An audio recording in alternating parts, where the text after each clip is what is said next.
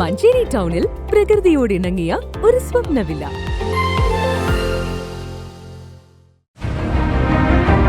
നിങ്ങളുടെ വീടിന്റെ വാഷ്റൂമുകൾ ഇനി ഗ്ലാമർ റൂമുകളാക്കാം സെറ സ്റ്റൈൽ ഗാലറിയിലൂടെ. Sera style gallery near cooperative college, Manjeri.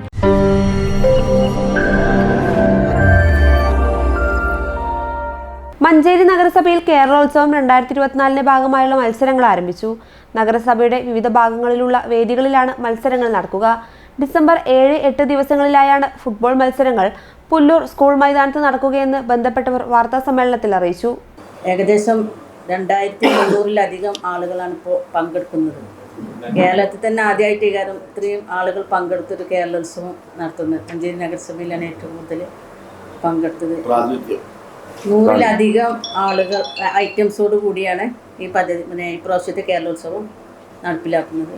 Manjeri നഗരസഭയിൽ കേരളോത്സവത്തിന്റെ ഭാഗമായുള്ള ഗെയിംസ് മത്സരങ്ങൾ 14-ന് ബോയ്സ് സ്കൂൾ മൈതാനത്ത് നടക്കും. 15-ന് കലാമത്സരങ്ങളും അരങ്ങേറും. ബാഡ്മിന്റൺ മത്സരത്തിന് മാലാംകുളം DBA അക്കാദമി വേദിയാകും. വിവിധ ഇനങ്ങളിലായി 2337 പേരാണ് ഇതിനോടകം രജിസ്റ്റർ ചെയ്തത്. നഗരസഭയുടെ കലോത്സവത്തിന്റെ ചരിത്രത്തിൽ ആദ്യമായാണ് ഇത്രയും പങ്കാളിത്തം ഉണ്ടാകുന്നതെന്ന് നഗരസഭാ ഭരണസമിതി അംഗങ്ങൾ പറഞ്ഞു. ക്രിക്കറ്റ്, ചെസ് മത്സരങ്ങൾ പൂർത്തിയായി. വിജയികൾക്കുള്ള സമ്മാന വിതരണം ഡിസംബർ 28-ന് ചുള്ളക്കാട് സ്കൂൾ ഗ്രൗണ്ടിൽ നടക്കും.